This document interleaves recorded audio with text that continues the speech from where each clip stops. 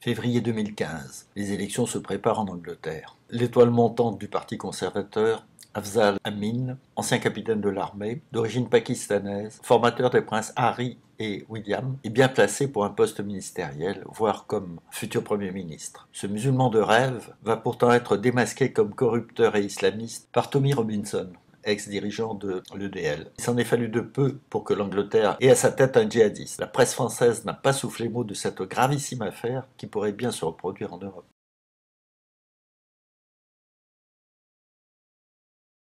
Quilliam think tank that were funded by the Labour government, which was an organisation with a lot of Muslims in it, so-called reformists. Actually, they're not Muslim. They're actually apostates, and but they can't say that they're apostates because they'll be killed. Most of these people. Yeah. I was then introduced to Afzal Amin, who was introduced to me as 11 years British captain in the British Army. Yeah. He shook my hand and said, "Don't stop doing what you're doing. If you could remodel it and just not attack the Prophet, there's a hell of a lot of us that support what you say." A Muslim who is against extremism. I liked him. He served in Afghanistan and Iraq. He trained Prince William and Prince Harry. He was very decent. He was a very nice man at first impressions anyway. He was standing as a parliamentary candidate for the Conservative Party. I found many pictures of him with David Cameron. He was the rising star. Because as again, we're searching for this perfect Muslim. Here's a Muslim who speaks the Queen's English better than me. He makes me sound like a foreigner. Obviously the English Defence League are protesting in this area of Dudley because there's a £18 million mega mosque they want to build. I asked Afzal, what's your opinion of the mosque? He said they shouldn't be building it. He said if they've got that much money, they need to spend it on educating their youth to stop them selling drugs and pimping girls. I can't argue with anything you're saying. The next meeting, and they took me to a Muslim restaurant.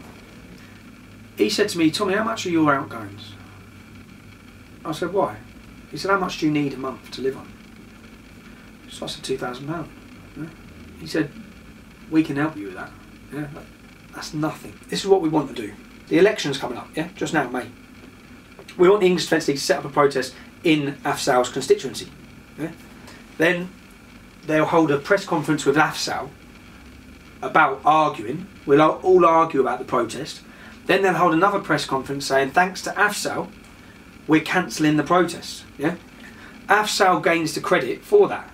If we get him into Parliament, you will never ever go hungry. In my head I'm thinking, God, I wish I had this on camera. Yeah? This is proper corruption. But it's Pakistani politics. We can buy that, we're paid for him, pay him, pay him. I'll bring the English Defence League leaders to you again. I'll come to the meeting. And we set the meeting up and it was in Birmingham. So my watch was a camera, my button was a camera, my car keys were a camera. In this meeting, I'm recording all of it. And here you are, they said you're looking, in this meeting, they said you're looking at the future Prime Minister of Britain. Yeah? This man's going to get to the top. And then he said David Cameron's already asked him what seat he wants on the cabinet when they win the election. Yeah? So I thought he would have been on our cabinet. Yeah? He'd be the first minority, ethnic minority to stand as leader of the country. I've then exposed this footage, yeah? Which has caused a big hoo-ha in Britain, one of the biggest stories of the election campaign. After exposing it, the paper continued digging on this man. They discovered a leaflet that he wrote in the year 2000, which was a leaflet for jihad.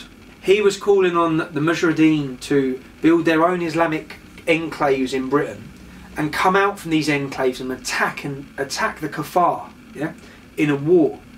Ceux d'entre nous qui vivent dans les villes d'Europe doivent être économiquement séparés des infidèles et construire des villages de musulmans indépendants d'où les Mujahideen pourront attaquer et conquérir leur territoire et les transformer en maisons de l'islam. Qu'Allah bénisse les hommes engagés dans un conflit militaire contre les infidèles et qui nous assistent pour la libération des musulmans où qu'ils soient. When you read this leaflet, it was as radical and as hardcore militant extremist as you can get. Yeah? 6 months later he joined the British Army. In my view, that whole 11 years was part of the infiltration of our country. The first thing he did when he got exposed, he flew to Dubai. When he was talking on this recording, he said, "I'm at my last hurdle. Yeah? If I thought I could only become an MP, I wouldn't be doing this. I'm going to the top." He said, "I've already secured Qatar to spend millions and millions in my constituency.